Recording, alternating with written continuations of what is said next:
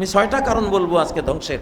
জাতির ধ্বংসের সবচেয়ে বড় কারণ, বিশ্বের সকল জাতির ধ্বংসের সবচেয়ে ভয়াবহ কারণ আশশিরকু বিল্লাহ, আল্লাহর সাথে শিরিক করা, স্রষ্টার সৃষ্টি এক সমান করে ফেলা। বাল হুম কওমুন ইয়াদিলুন, এরা এমন এক সম্প্রদায়, এরা স্রষ্টার সৃষ্টিকে ঘুলিয়ে ফেলে, এক সমান করে ফেলে, সৃষ্টিকে স্রষ্টার সমান মর্যাদায় বসিয়ে দেয়। কিভাবে? শিরকের মাধ্যমে। তারা শিরিক কি? সে আল্লাহর কাছে প্রার্থনা করে, আবার মূর্তির কাছেও প্রার্থনা করে। শিরিক মানে আল্লাহর প্রার্থনা অস্বীকার করা না, শিরিক মানে আল্লাহকে সেজদা দেয়া অস্বীকার করা না, শিরিক মানে নামাজ রোজা হজ জাকাত অস্বীকার করা না। মুশরিক এগুলি সব করে, বাট সাথে সে মাজারেও সেজদা দেয়, আল্লাহর কাছে দোয়া করে, সে গণেশের কাছেও দোয়া করে, আল্লাহর কাছে দোয়া করে, লাত মানাত ওজ্জা মূর্তির কাছেও দোয়া করে, সে আল্লাহর কাছে দোয়া করে, সে পুরোহিতের কাছেও দোয়া করে, সে আল্লাহর কাছে প্রার্থনা করে, সে ফুফ ফাদার ঠাকুর ব্রাহ্মণের কাছেও প্রার্থনা করে, সে আল্লাহর কাছে প্রার্থনা করে, সে পীর ফকিরের কাছেও প্রার্থনা করে। এটাকে বলে শিরক। মানব জাতির অধিকাংশই ধ্বংস হয়েছে এই কাজের কারণে। উড়োজাহাজের ফুয়েলের মধ্যে যদি ফুয়েলের সাথে তেলের সাথে কয়েক গ্যালন পানিও মিশিয়ে দেয়, দুইটাই ভালো জিনিস, কিন্তু এই মিশ্রণ কি করবে? এই বিমানটাকে ক্রাশ করে দেবে। শিরক। এই জন্যই মুশরিক বুঝে না যে আমার সর্বনাশটা আমি কোন পথে করতেছি। সে তো দেখতেছে যে আমি তো সুবহানাল্লাহ পড়তেছি, মাজারে তসবি তার হাতে, সে সুবহানাল্লাহ সুবহানাল্লাহ, আমি আল্লাহর সাথে শরিক করি না, আল্লাহর সাথে শরিক করি না, আমি আল্লাহর সাথে শরিক করি না। সুবহানাল্লাহ মানে কি? আল্লাহর সাথে আমি শরিক করি না, শিরিক থেকে তিনি পবিত্র। তসবি তার হাতে, বরং মসজিদের তসবি জপে যারা, তাদের তসবি যদি 100 দানার হয়, মাজারের তসবি ওনার 1000 দানার তসবি, সেখানে সে সুবহানাল্লাহ পড়তেছে। আমি শিরিক করি না, আমি শিরিক করি না, আমি শিরিক করি না, কিন্তু সে মাজারে সেজদা দিচ্ছে, কবরে সেজদা দিচ্ছে। এজন্য শিরিককারী নিজের সর্বনাশটা বুঝতে পারে না। সে বুঝে আমি তো আল্লাহকেও তো মানি, আমি তো আল্লাহর কাছেও দোয়া করি।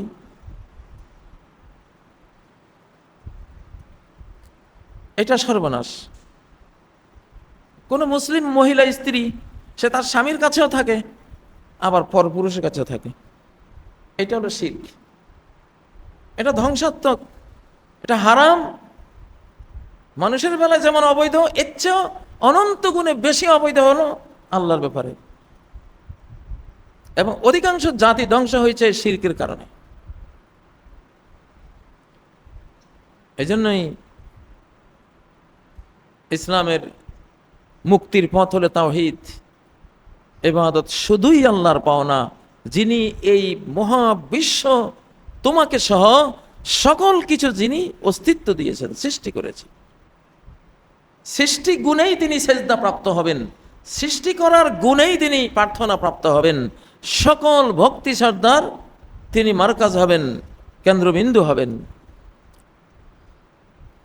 অতএব শিরিক, সূরা আল রুমের 42 নম্বর আয়াতে আল্লাহ বলেছেন, কুল সিরু ফিল আরদি ফানজুরু, জমিনে বিচরণ করো, দেখো, কাইফা কানা আকিবাতুল লাযিনা মিন ক্বাবল, তোমাদের আগের জাতিপুঞ্জের শেষ পরিণতি কি হয়েছিল দেখো। তাদের এই ধ্বংসাত্মক পরিণতি, আদ জাতির পরিণতি, মাটির 80 হাত নিচে দাফন হয়ে যাওয়া। সামুদ জাতির পরিণতি, এক বিশাল মহাজাগতিক আক্রমণে, এক মহা নিনাদ, মহা শব্দ, এমন শব্দ যে শব্দে হৃদয় ফেটে যায়, ওইটা দিয়ে তাদের গোটা জাতিকে বিনাশ করে দেওয়া হয়েছে। তোমরা দেখো জমিনে বিচরণ করে, ছিন্ন পড়ে আছে। এসব কেন হয়েছে? কানা আকসারুহুম মুশরিকিন, তারা অধিকাংশই মুশরিক ছিল, শিরিককারী ছিল।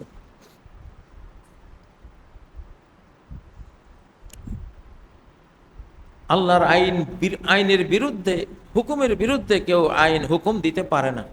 সুদ হারাম আল্লাহর আইন।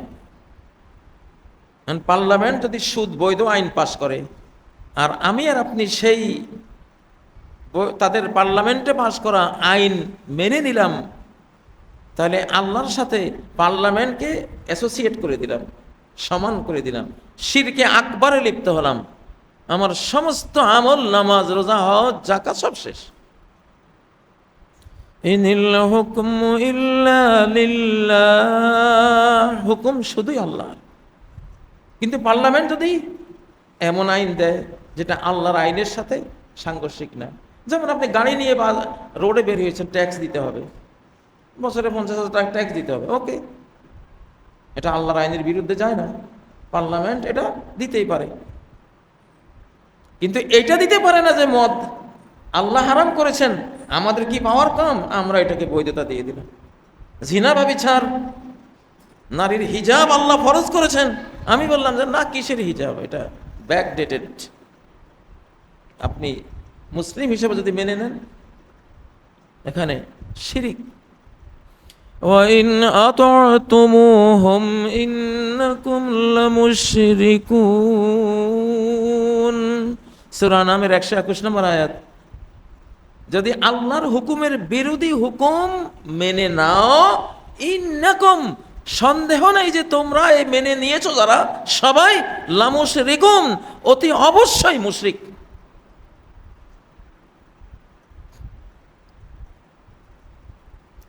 শিরিক হলো আযাব ঢুকার রাস্তা। আপনার কাছে আযাব ঢুকতে হলে, আযাব আসতে হলে ওয়ে লাগে, রাস্তা লাগে। শিরিক হলো সবচেয়ে বড় রাস্তা। আপনার সংসারে, আপনার অন্তরে, আপনার সমাজে, আপনার গ্রামে, আপনার দেশে আযাব ঢোকার সবচেয়ে হাইওয়ে হলো শিরিক। কে বলছেন? কাজী ইব্রাহিম বলছে, সৃষ্টিকর্তা আল্লাহ রাব্বুল আলামিন বলছে। সারা কোরআনে এটা বলা হয়েছে, নবীদের ব্যাপারেও বলা হয়েছে। সূরা আনামে আল্লাহ বলেছেন, ওয়ালাউ আশরাকু লাহাবাত আনহুম মা কানু ইয়ামালুন, এই নবীরাও যদি শিরিক করত, তাহলে তাদের সমস্ত আমল বরবাদ, ধ্বংসযজ্ঞে পরিণত হতো, বাঁচতে পারতো না। সূরা জুমারের 65 নম্বর আয়াতে নবীজিকে বলছেন, আমাকে আর আপনাকে, ফলনা তল্লাকে না, সমগ্র মানব জাতির যিনি সর্দার, তাওহীদের বিশ্ব নেতা, যিনি একত্ববাদের বিশ্ব নেতা মুহাম্মদ সাল্লাল্লাহু আলাইহি সাল্লাম, ওনাকে বলছেন, লাইন আশরাকতা, তুমি মুহাম্মদ, তুমি যদি শিরিক করো, লা ইয়াহবাতান্না আমালুক, সমস্ত আমল, কর্মযজ্ঞ তোমার ধ্বংস হয়ে যাবে, কোনো কিছুই কাজে আসবে না। এখন ইসরায়েলের কোনো কিছুই কাজে আসতেছে না, ধ্বংস হয়ে যাচ্ছে। ইরানেরও কোনো কিছু থাকছে না। আমরা মুসলিম, ইরান মুসলিম, আমাদের মধ্যেও সমস্যা ঢুকছে না, ঢুকছে। আবার ভালো কিছু আছে সেজন্য আল্লাহ ভালো দিচ্ছেন, আবার খারাপ কিছু আছে সেজন্য ধ্বংস হচ্ছে। গোটা মধ্যপ্রাচ্যে জুড়ে আগুন জ্বলছে। এমনি আমি আগের খুতবাতেও বলেছি, ইজা কাসুরাল খাবাস, জিনা ব্যভিচার, বেহায়াপনা, উলঙ্গপনা, এগুলি যখন সীমা ছাড়া হয়ে যায়, সেগুলিও ধ্বংসের কারণ আসতেছে।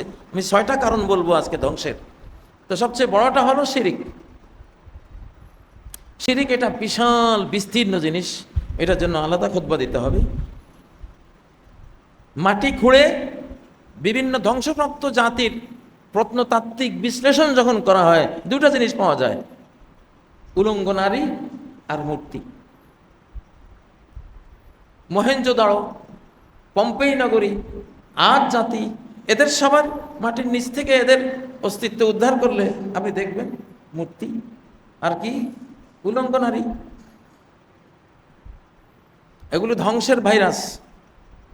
তাহলে আমাদেরকে অবশ্যই শিরিক থেকে বাঁচতে হবে। এই যে পয়লা বৈশাখ আমরা একটা গেল, আপনি আর আমি ভাবছি এটা তো একটা আনন্দ করলাম পয়লা বৈশাখ, কিন্তু ইসলামে কেন নাই এটা? ইসলাম কেন বললো যে দুটো ঈদ দিয়ে তোমার সব রহিত করে দিলাম? আপনাকে ঈদ উল ফিতির, ঈদ উল আদহা, রোজার ঈদ, কুরবানির ঈদ, শিরিক শেখার কোনো জায়গা রাখেনি, তাওহীদ শিখিয়েছে। আল্লাহু আকবার, আল্লাহু আকবার, লা ইলাহা ইল্লাল্লাহু, আল্লাহু আকবার, আল্লাহু আকবার, ওয়ালিল্লাহিল হামদ। দুই ঈদে তো আমরা বলি। ঈদের আনন্দের মধ্যে কেন সালাত রাখা হলো? যে আনন্দ যাতে শিরকের দিকে নিয়ে না যায়। কেন সালাম দেওয়ার সিস্টেম রাখা হলো? কেন কোরবানি রাখা হলো? কার নামে কোরবানি?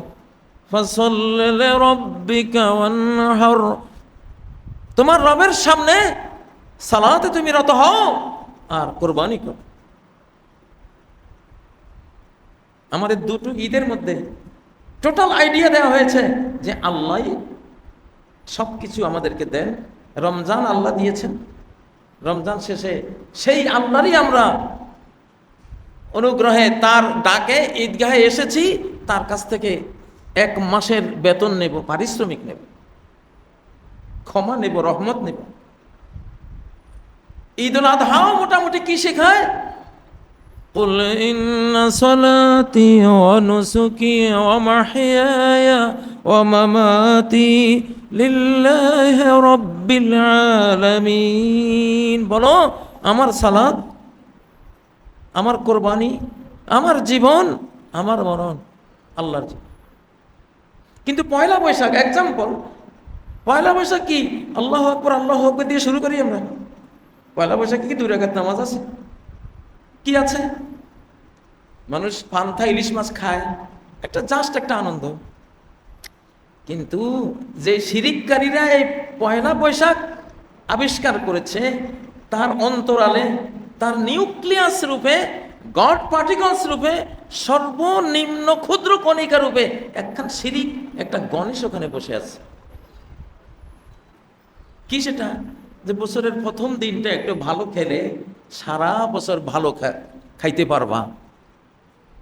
পয়লা বৈশাখের একদিন যদি পান্তা ইলিশ খাও, ভালো পরো, তারপরে কিনা শাড়ি টাড়ি পরে ওগুলো, তারপরে আনন্দ করো, তাহলে এই দিনটা তোমাকে 365 দিনের আনন্দ আনিয়ে দেবে। এই পয়লা বৈশাখ তোমাকে সারা বছরে আনন্দিত রাখবে। তুমি হয়তো ভাবছো অতটা ডিপলি তোমার চিন্তা হয়তো নাই, হ্যাঁ এই দিন ভালো খেলে ভালো থাকা যায়। শিরিক কে বলছে তোমাকে? কোথায় আছে? একটা দিনের মধ্যে কি, একটা দিবসের মধ্যে, একটা 12 ঘন্টার টাইম লাইনের মধ্যে কি এমন কোনো পাওয়ার আছে যে এই টাইমটা, পয়লা বৈশাখের এই দিবসটা আগামীকালও তোমাকে ভালো রাখতে পারবে, বা আজকেও সে ভালো রাখতে পারবে? গত বছরও তো পয়লা বৈশাখ পালন করে ইরানের যুদ্ধ খেলাম, সারা বছরের যুদ্ধ, আর এখন তো তেল তুল শুদ্ধ রওনা দিছে সব। শয়তানি যে আপনি বছরের প্রথম দিন নবরোজ নামে, পয়লা বৈশাখ নামে এই দিন আপনি ভালো খেলে ভালো থাকলে সারা বছর এই দিনটার এত ক্ষমতা, এত পাওয়ার এই দিনে আপনাকে কি রাখবে? ভালো রাখবে, বা দেবদেবীরা আপনাকে ভালো রাখবে। অবশ্যই একটা শিরকি চিন্তার মধ্যে এটা নিমজ্জিত। আর কেউ যদি মনে করে এই বছরের প্রথম দিন ভালো খেলে আল্লাহ আমাকে ভালো খাওয়াবেন, ভালো রাখবেন, সেটাও বেদাত, কুসংস্কার। শিরিক না হলেও সেটা কুসংস্কার। কারণ দলিল কে বলছে? তোমার কোথায় আছে? যাই হোক, জাতিপুঞ্জের ধ্বংসের মূল কারণ হলো, সবচেয়ে বড় কারণ হলো শিরক। শিরক হলো সকল পাপের ইন্ডাস্ট্রি, সকল মহাপাপের ইউনিভার্সিটি শিরক। শিরকের 500 অনেকগুলি পাপ থাকে, মহাপাপ থাকে, সেগুলি বলবো। তাহলে জাতিপুঞ্জের ধ্বংসের বড় কারণ কি? শিরক। তো শিরক তো ভিতরে বসে আছে। আবার পার্লামেন্টে বসে বসে নেতৃবৃন্দ যদি, ওই যে বললাম, আল্লাহর আইনের সাথে সংঘর্ষ হয় এমন আইন যদি পাশ করে আর জনগণ মেনে না, শিরকে আকবর।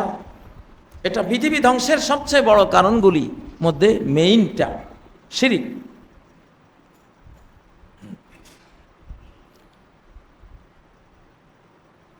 এখন এই শিরিক থেকে বাঁচা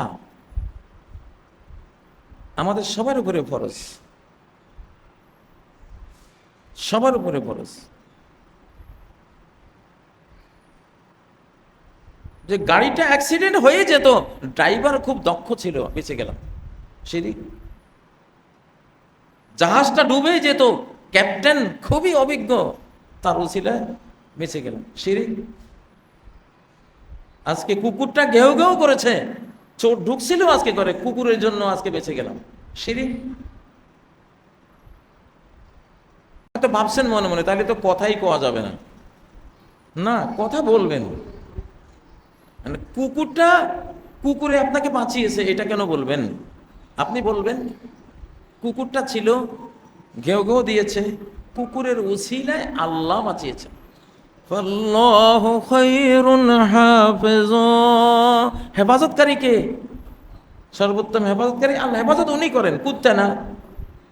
কুত্তা ঘেউ দিছে, আল্লাহ যদি আপনাকে গভীর ঘুমের মধ্যে আচ্ছন্ন করে রাখতেন, আপনি জাগতেন না। বা আল্লাহ যদি কুকুরটাকে স্টপ করে দিতেন, সে ঘেউ ঘেউ দিত না।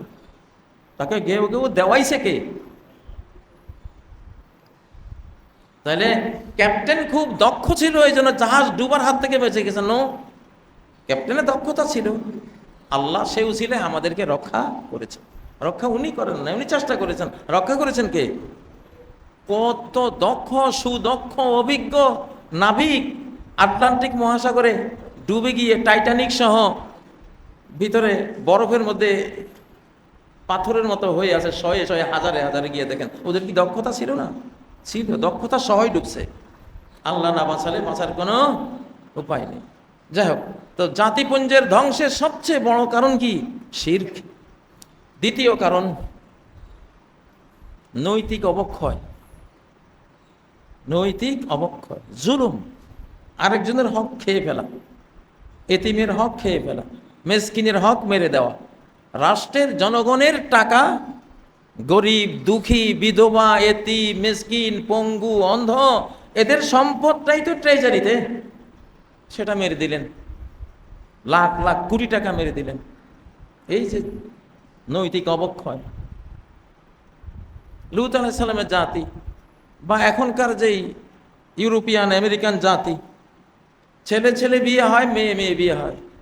এই যে অবক্ষয়, যেটা একটা কুকুর শুকুর বানরের সমাজেও নাই, পৃথিবীর কোনো হায়াওয়ান জানোয়ার জীব জন্তুর মধ্যে নাই, সেটা সর্বশ্রেষ্ঠ মানব জাতির মধ্যে সেই অপরাধ। তো লূত আলাইহিস সালামের জাতির সাক্ষ্য তো আছে, সমুদ্রের তলদেশ থেকে 450 মিটার নিচে নিয়ে গেছেন আল্লাহ তাআলা।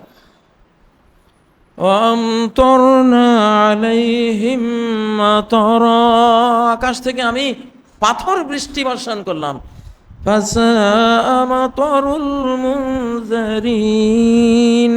যাদেরকে ওয়ার্নিং দেওয়া হয়েছিল যে খবরদার এই অপরাধ থেকে সরে নাই, তাদের পরিণতি কত ভয়াবহ হয়েছে। তাহলে নৈতিক অবক্ষয়, বাংলাদেশে কোনো নৈতিকতা কতটুকু আছে? জোর থাকলেই আপনার জমি, আপনার বিল্ডিং, আপনার কোম্পানি, আপনার সম্পত্তি আরেকজন দখল করে নিয়ে গেল। আমাদেরকে কি শিখিয়েছে ওস্তাদরা? একটা শিশুর জুতা চুরি হয়েছে, অবশ্যই ছাত্রদের কেউ নিয়েছে, শিশুটা কাঁদছে, জুতা চুরি হয়েছে। ওস্তাদ সব শিশুদেরকে বসিয়ে বলল, একটা 2টা ছন্দ মুখস্থ করো। জুতা চুরি বাহাদুরি লাভ করলে কি হাসরের দিন খাড়া হবি জুতা গলায় দি। কোথায় নিয়ে গেছে? দুনিয়ার এই ঘটনাটাকে আখিরাতের হাসরের মাঠ পর্যন্ত ওস্তাদ নিয়ে গেছে। ঘণ্টাখানিকের মধ্যে দেখা যায় ওই জুতার সন্ধান পাওয়া গেছে। কারণ এখানে এই বিদ্যালয়ে, ছোট্ট বিদ্যালয়ে, কতটা মানসম্মত ছোট্ট বিদ্যালয়, ওস্তাদ যে কোনো জিনিস একজন একটা আরেকজন নিয়ে গেলে, যেমন কলম নিয়ে গেছে, কলম চুরি বাহাদুরি লাভ করলে কি হাসরের দিন খাড়া হবি কলম গলায় দিই। এটা কোরআনের আয়াত, ইয়াতে বিমা গাল্লা ইয়াউমাল কিয়ামা, সূরা আল ইমরানের মধ্যে আল্লাহ বলেছেন, সে যা অপহরণ করেছে, অন্যায়ভাবে নিয়েছে, কিয়ামতের দিন সেটা নিয়েই হাজির হবে সে ট্রিলিয়ন ট্রিলিয়ন মানব জাতির সামনে। তাহলে আমার শিশুকালে বিনা বেতনে পড়া ছোট্ট একটা মক্তবের যে নৈতিক মান ছিল, মাসে 5 কোটি টাকা লেনদেন হয় যে স্কুলে, সেখানকার সেই নৈতিক মানের ধারে পাশেও নাই। এই হলো বাংলাদেশের আমাদের অবস্থা। তো ধ্বংস এই দেশে আসবে না? আসবেই। এইরকমই ইসলামী ব্যাংকের 2 লক্ষ কোটি টাকা লোপাট হয়ে গেছে গত আমলে। এগুলি মানুষ ধ্বংস হয় এগুলির কারণে। কেন তোমার ভিতরটা এত পৌঁছা? কেন তুমি মহামানব, মানব জাতির একজন সদস্য কেন এটা করো? কেন এমন হলো না? আমার শিশুকালে দেখেছি আইলের মধ্যে একটা সুপারি গাছ, এই পাশের বাগানওয়ালা বলে এটা আমার না ভাই, এটা তোমার, সুপারি তুমি না। এই পাশের বাগানওয়ালা বলেন না, আমি হাসরের দিন কি জবাব দিব যদি এটা আমার না হয়? এটা তো মাঝখানে, ভাই এটা আমি নিতে পারবো না। আমরা ছোট্ট শিশুরা গোটা শিশুকাল ওই সুপারি গাছের সুপারি আমরা কুড়িয়ে ওই মুরগি আমরা কিনে খেয়েছি। মালিকেরা 2 মালিকের একজনও নিত না। ভয়ে, কিসের ভয়ে? যে হাসরের দিন যদি এই গাছটা আমার প্রমাণিত না হয় আর আমি তার সুপারি নিয়ে থাকি, এ তো এই লোক তো আমার আমল সব নিয়ে যাবে, তাহলে এটা তো আমার করা যাবে না। এই বাংলাদেশেরই ঘটনা বলছি। আজকে কি সেটা আছে? এই নৈতিক অবক্ষয় ধ্বংসের বিশাল কারণ। এই জন্য মিসাইল আসবে, নৈতিক অবক্ষয় যেখানে, বোমা আসবে এখানে। আল্লাহ এগুলি পছন্দ করেন না। 3 নম্বর জাতি ধ্বংসের কারণ বিলাসিতা, অতিমাত্রিক লাক্সারিয়াস লাইফ। পাপ নাকি পুণ্য, বৈধ নাকি অবৈধ, হারাম না হালাল, কোনো বাছ বিচার নাই, করে যাচ্ছে। টাকা হইলেই হালাল, কার টাকা এটা কোনো বাছ বিচার নাই। গাড়ি অ্যাক্সিডেন্ট হয়, সেখানে মানুষ দৌড়ে যায়, দেখি কোনো টাকা পাওয়া যায় কিনা, মোবাইল পাওয়া যায় কিনা। দুনিয়ার ভোগের প্রতি মানুষের এত টান।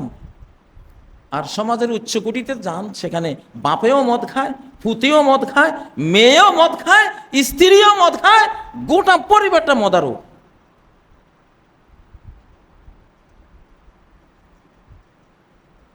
এই যে আল্লাহ বলছেন সূরা বনী ইসরাঈলের 16 নম্বর আয়াত, وَإِذَا أَرَدْنَا أَن نُّهْلِكَ قَرْيَةً أَمَرْنَا مُتْرَفِيهَا। যখন আমি কোনো জনপদকে ধ্বংস করে দিতে চাই, তখন ওই সমাজের উচ্চকোটির ভোগীদেরকে আমি ক্ষমতা দিয়ে দিই, ওরাই নেতা হয়। বাংলাদেশে হয়, দেখেন ব্যবসায়ীরাই বেশি এখন নেতা, ভোগীরাই এখন নেতা, সিনেমার নায়িকারাই এখন এমপি। গত টার্মে বহু দেখেছি। এটা একটা কথা হলো? একটা জাতির ইহ পরকালের হেয়ার অ্যান্ড হেয়ার আফটারের গাইডলাইন্স দেবে কে? একটা নর্তকী? আস্তাগফিরুল্লাহ। কোথায় গেছে আমাদের অনুভূতি নাই তো। আমাদের এখন না ভালোকে ভালো বোঝার ক্ষমতা আছে ভিতরে, না মন্দকে মন্দ বোঝার ক্ষমতা আছে। পচা আলু, গৃহস্থের বস্তার পচা আলু, পচাগুলো ফেলে না দিলে বাকি ভালো যেগুলি আসবে ভবিষ্যতে টিকবে না কেউই। এই জন্য পচাগুলি আল্লাহ ফেলে দেবেন। তো আল্লাহ ভোগীদেরকে ক্ষমতা দেন। তাদের কাজ কি সেখানে? শুধু ফাঁসেকি করা, মদ খাবে, জিনা করবে, খুন করবে, মাইরা দাও। গত ফ্যাসিবাদের আমলে জেলখানায় আমার এক কয়েদি ভাই ছিল, কারা বন্ধু ছিল, সে বলল আমি রাস্তা দিয়ে হেঁটে যাচ্ছি, আমারে ধরে নিয়ে গেল। আমি কি মামলা দেবে? ওসি সাহেবের কাছে নিয়ে গেছে। স্যার এটা তো ধরে আনছে, কি করতাম, কি মামলা দেব? দেশ না, পুলিশি কাজে বাধা 1 নম্বর মামলা, পুলিশি কাজে বাধা, সরকারের বিরুদ্ধে স্লোগান, আরো 2-1টা। মানে কি? এটা তো দেখেছি, আল্লাহ না দেখান কখনো। এই যে একটা সমাজ আমরা দেখলাম, ফাঁসে কি অপরাধ, যে যত বড় অপরাধী সে তত বড় শেঠ, তত বড় পাওয়ারফুল সমাজে। ফাঁসে কি করেছে? যত রকমের অপরাধ অপকর্ম সব করেছে। মানুষের ধর্ম নষ্ট করেছে, মানুষের জান নষ্ট করেছে, মানুষের মাল নষ্ট করেছে, নারীদের ইজ্জত নষ্ট করেছে, বংশ বরবাদ করেছে, সব অপরাধ করেছে। তখন কি হয়? فحق عليها القول فدمرناها تدميرا। তখন আমার একটা ধ্বংসের কমান্ড, একটা অর্ডার আসে ওই জনপদের বিরুদ্ধে, সব কিছুকে ডিস্ট্রাকশন, একদম ধ্বংস, মেসাকার করে দিই আমি। তাহলে অতিমাত্রিক ভোগ বিলাসিতা, হারাম হালাল বাস বিচারহীন ভোগ বিলাসিতা জাতি ধ্বংসের অন্যতম কারণ। 4 নম্বর কারণ, নবী রাসূলদের ওয়ার্নিংগুলোকে, সংবাদগুলোকে, ইনফরমেশনগুলোকে কোনো ভ্যালু না দেওয়া, শুনেও না শোনার ভান, বরং অসত্য বলে বিশ্বাস করা। এমন কয় এরা, কিছু হবে না। সারা কোরআনে অভিযোগ দিয়েছেন ফেরাউনের বিরুদ্ধে, নমরুদের বিরুদ্ধে, নূহের জাতির বিরুদ্ধে, আদ জাতির বিরুদ্ধে, সামুদ জাতির বিরুদ্ধে, কুরাইশদের বিরুদ্ধে, ধ্বংসপ্রাপ্ত সকল নবী রাসূলদের জাতির বিরুদ্ধে একটাই অভিযোগ কমন আছে কোরআনে, কাযযাবাত কওম নূহিল মুরসালিন। নূহের জাতি মিথ্যা সাব্যস্ত করেছে রাসূলগণকে। কাযযাবাত কওম লূতিল মুরসালিন, লূতের জাতি রাসূলগণকে মিথ্যা সাব্যস্ত করেছে। কাযযাবাত কাযযাবাত কাযযাবাত সারা কোরআনে আল্লাহ বলেছে। জাতি ধ্বংসের অনেক বড় একটা কারণ রাসূলগণদের সত্য ইনফরমেশনকে, ট্রু ইনফরমেশন, সত্য সংবাদকে অসত্য বলে মনে করা। এইটা থেকে জাতির ধ্বংস ত্বরান্বিত হয়েছে। ফাকাযযাবুহু ফাআহলাকনাহুম, ওরা তাকে মিথ্যা সাব্যস্ত করলো, আমি ওদেরকে হালাক করে দিলাম। 4 নম্বর কারণ গেল। 5 নম্বর কারণ, এটা হলো জুলুম, জুলুম, অত্যাচার। কমন একটা আয়াত সূরা কাহফের মধ্যে 59 নম্বর আয়াত, ওয়াতিলকাল কুরা আহলাকনাহুম লাম্মা যালামু, যত জনপদ আমি ধ্বংস করেছি, তখন ধ্বংস করেছি যখন তারা জুলুম করেছে। জালিমকে আল্লাহ ছাড় দেন না। জালিম যেই হোক, মায়ের উপরে যে জুলুম করে ওই সন্তান জীবনে কিচ্ছু করতে পারে না। প্রতিবেশীর উপর জুলুম করে তার একটা ধ্বংস আসবেই। গ্রামবাসীর উপর জুলুম করে তার একটা দুর্ভাগ্য, একটা পতন আসবেই। আপনি বাংলাদেশের পরতে পরতে আমরা যখন মাহফিলগুলিতে যাই, সারা দেশে তো ঘুরি, আজ পর্যন্ত একটা জমিদার বাড়ি আমি দেখি নাই যে শান শকত নিয়ে দাঁড়িয়ে আছে। একটা জমিদার বাড়ি, সব ঝুরঝুরে পড়তেছে, ঝরে পড়তেছে, চামচিকা, বাদু, শিয়াল, আর রাতের বেলা হয়তো কিছু হেরোইনছি চোর, ওরা ওখানে ভিতরে ঢুকে। ফাতিলকা বুয়ুতুহুম খাওয়িয়াতান বিমা যালামু, ওদের ঘরগুলো দেখো শূন্য, জনশূন্য, বংশের প্রদীপ জ্বালাবারও কেউ নাই। কেন নাই? বিমা যালামু, তাদের জুলুম অত্যাচারের কারণে।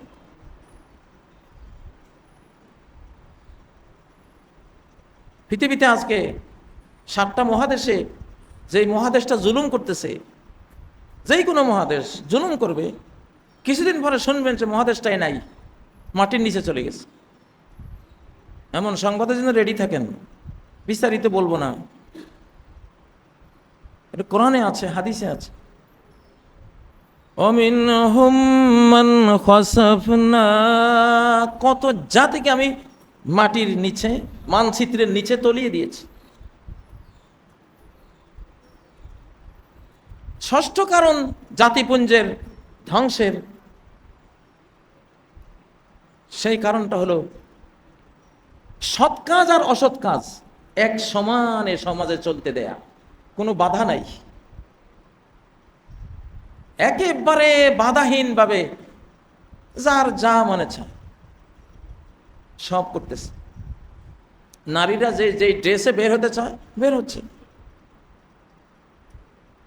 হোটেলগুলিতে যে যা খেতে চায় তা খাচ্ছে, খালি অর্ডার দেওয়ার বাকি। সবই হাতের কাছে। অসৎ কাজে নিষেধ নাই, এটা অভিশাপ। সেই জাতি অভিশপ্ত যাদের মধ্যে অসৎ কাজের নিষেধ থেমে যায়। এটি সূরা মায়েদার মধ্যে আল্লাহ তাআলা ক্লিয়ার করে বলেছেন, কানু লা ইয়াতানাহাউনা আন মুনকারিন ফাআলুহু, এরা কোনো অবৈধ কাজে, অসৎ কাজে কেউ কাউকে নিষেধ দিত না। এই জন্য আমি লানত দিয়ে তাদেরকে ধ্বংস করে দিয়েছি, কোনো নিষেধ নাই।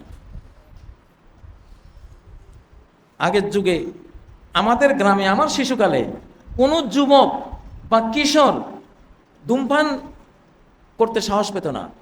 মুরব্বীরা খাইতো, বড়রা খেত, ধূমপান করতো সমানে, শিশুদেরকে নিষেধ করত। অন্তত এইটা তো ভালো ছিল। কিশোর, শিশু, যুবকরাও ছাত্র অবস্থায় ধূমপান মুখে এটা নিতে পারতো না। যদি কোনো মুরব্বী খালি মুখে ঘ্রাণ পাইছে, এই এদিকে আয়, তোর বাপের নাম কি, বাড়ি কোথায়, বাস এইটুকু ঠিকানা নিয়ে উনি রওনা দিছে যে পোলা তো তোর অমানুষ হওয়ার পথে চলে গেছে, ও যে বিড়ি খায় তোর খবর আছে। এটা নৈতিক দায়িত্ব মনে করত। এই জন্য অল্প বয়সে যারা ধূমপান করতো আমরা দেখতাম পুকুর পাড়ে গিয়ে নারকেল গাছের, আম গাছের ঝোপে বসে হাতের ভিতরে বিড়িটাকে লুকিয়ে এটা খেয়ে কচি কলা পাতা চিবিয়ে একজন আরেকজনকে মুখ ঘ্রাণ শোকাতে দেখতো কোনো গন্ধ পাওয়া যায় কিনা। আর এখন আপনি যদি এই কথা আমি বলি, অনেকে তো হাসবে, আরে আমি বিড়ি খাবো, তোমার কি বেটা। আরে একই জাহাজের যাত্রী, একই সমাজ হলো একটা জাহাজ। এই জাহাজের তলা যদি কেউ একজন ফুটা করে, সে কি মরবে না সবাই মরবে? সমাজ হলো জাহাজ। সমাজ জাহাজে যেই জিনা করবে সে গোটা সমাজকে ডুবাবে, যেই এখানে পাপাচার করবে সে গোটা সমাজকে নিয়ে ডুববে। যে এখানে অন্যায় করবে, এটা জাহাজ, অন্যায় মানে তলা ফুটা করে দেয়া। নবীজি এক্সাম্পল দিয়েছেন। যাই হোক, তো এই 6টি কারণ হলো জাতিপুঞ্জের ধ্বংসের। আল্লাহ তাআলা আমাদেরকে এই কারণগুলো থেকে হেফাজত করুন। শিরিক করা, তারপরে নৈতিক অবক্ষয়, 3 নম্বর নবী রাসূলদের সংবাদকে মিথ্যা সাব্যস্ত করা, 4 নম্বর জুলুম অত্যাচার করা, 5 নম্বর হালাল আর হারাম মানে সীমা ছাড়া ভোগ বিলাসিতা, লাক্সারিয়াস, হারাম হালালের বাজ বিচারহীন ভোগী জীবন। কোনো জাতি টিকে নাই এটা করে, কোনো জাতি টিকে নাই, ধ্বংস হয়ে গেছে। আর শেষটা হলো সৎ কাজের আদেশ আছে কিন্তু অসৎ কাজের কোনো নিষেধ নাই। এটা কোনো সমাজে থাকলে বুঝবেন যে বেশি দিন টিকবে না, ধ্বংস আসতেছে। আল্লাহ তাআলা আমাদের হেফাজত করুন। أقول قولي هذا وأستغفر الله لي ولكم فاستغفروه وأتوبوا إليه إنه هو الغفور الرحيم. الحمد لله الذي جعل الأوامر نجاة وجعل النواهي والمحرمات هلاكا ودمارا وجعل المصلحين في كل مجتمع سببا لنجاتهم ولبقائهم في هذه الحياة أبرارا. أما بعد فأعوذ بالله من الشيطان الرجيم. بسم الله الرحمن الرحيم.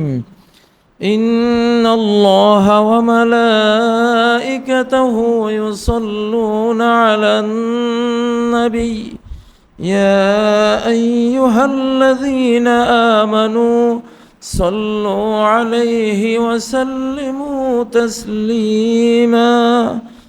اللهم صل وسلم وبارك على محمد وعلى آل محمد كما صليت وسلمت وباركت على إبراهيم وعلى آل إبراهيم إنك حميد مجيد. সম্মানিত মুসল্লিয়ানে কেরাম, আপনার কর্মই আপনার কর্মকর্তা। মানুষের কর্মই মানুষের কর্মকর্তা। নবীজি বলেন আমালুকুম উম্মালুকুম, তোমাদের আমলেই তোমাদের উম্মাল, তোমাদের কর্মই তোমাদের কর্তা, অর্থাৎ যেমন কর্ম তেমন ফল তেমন কর্তা। যদি তোমরা খুব ভালো হও তাহলে তোমাদের রাষ্ট্রনায়করা হয়ে যাবে শাহজালালের মতো, শাহপরানের মতো। তোমরা যদি ভালো হও রাষ্ট্রনায়করা হয়ে যাবে খান জাহান আলীর মতো।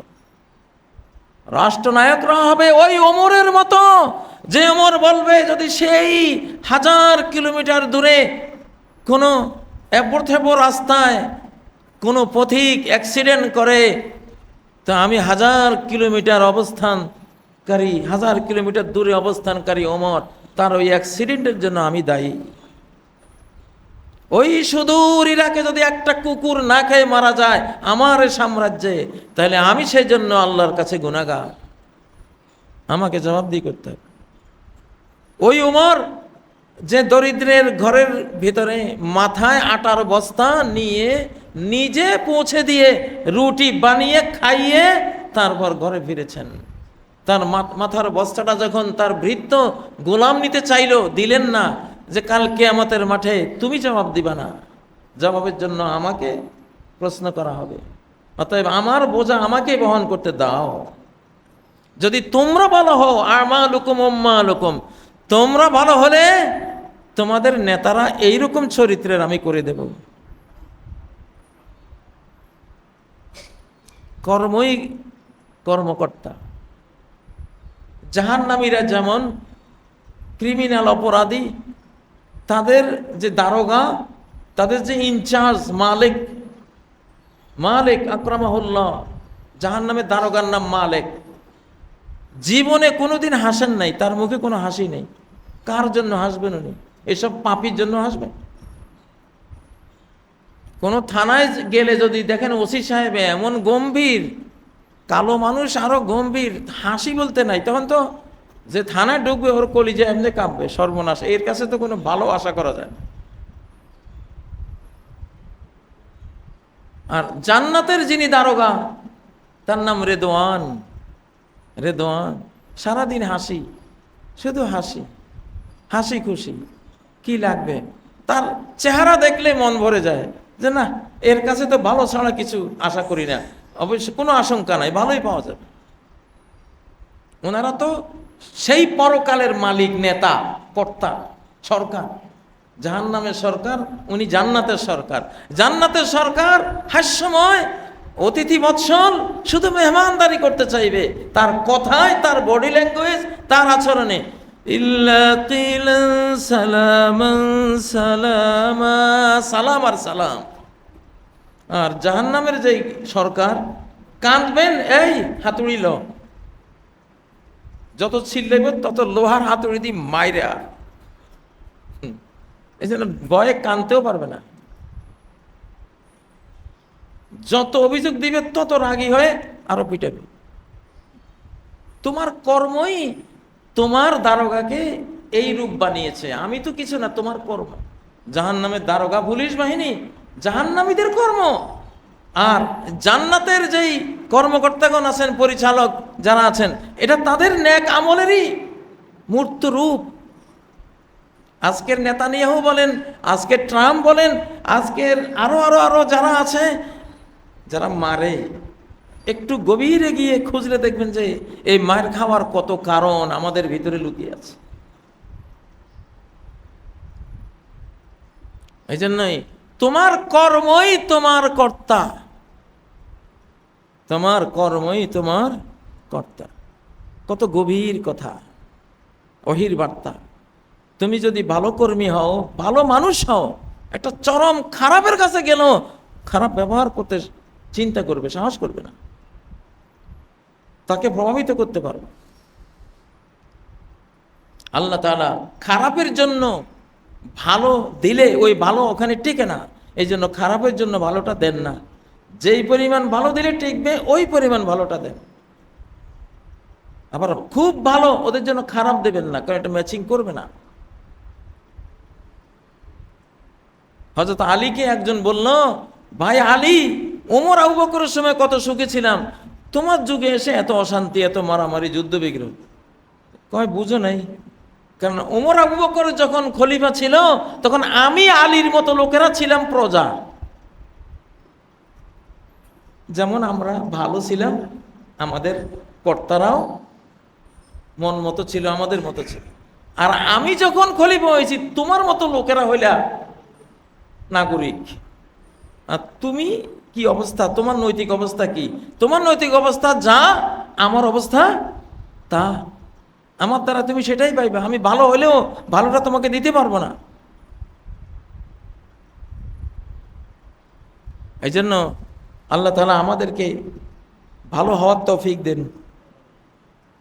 দুনিয়াতে কর্মই হলো ধ্বংসের কারণ, কর্মই হলো মুক্তির কারণ। একটা মানুষ একটা আমলের নাম, একটা মানুষ আগাগোড়া কর্মের নাম। কর্ম ভালো সে ভালো, ইহকাল ভালো পরকাল ভালো। কর্ম খারাপ সে খারাপ, ইহকাল খারাপ পরকাল খারাপ। আল্লাহ তাআলা আপনি আমাদেরকে ক্ষমা করেন, আমাদেরকে রহমত করেন, আমাদেরকে নিরাপত্তা দান করেন, আমাদেরকে হেদায়েত দান করেন, আমাদেরকে রিজিক দান করেন, আমাদেরকে সালেহীনদের কাতারে, ভালোদের কাতারে শামিল করেন। আল্লাহ তাআলা ভালো কর্ম করার, নেক আমল করার তৌফিক দান করেন। বদ আমল থেকে, মন্দ আমল থেকে আমাদের হেফাজত করেন। আল্লাহ তাআলা মুসলিম জাহানকে হেদায়েতের দিকে নিয়ে আসেন, কোরআন সুন্নাহর দিকে নিয়ে আসেন।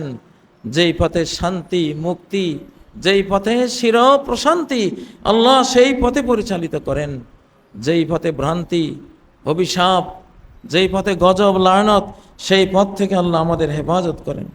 আল্লাহ আমাদের এই ছোট্ট বাংলাদেশ, বাংলাদেশকে, বাংলাদেশের নাগরিকদেরকে, বাংলাদেশের সরকারকে মিলেমিশে ঐক্যবদ্ধ হয়ে এই দেশকে মুক্তির সোপানে, মুক্তির উপত্যকায় তুলে নেয়ার তৌফিক দান করেন।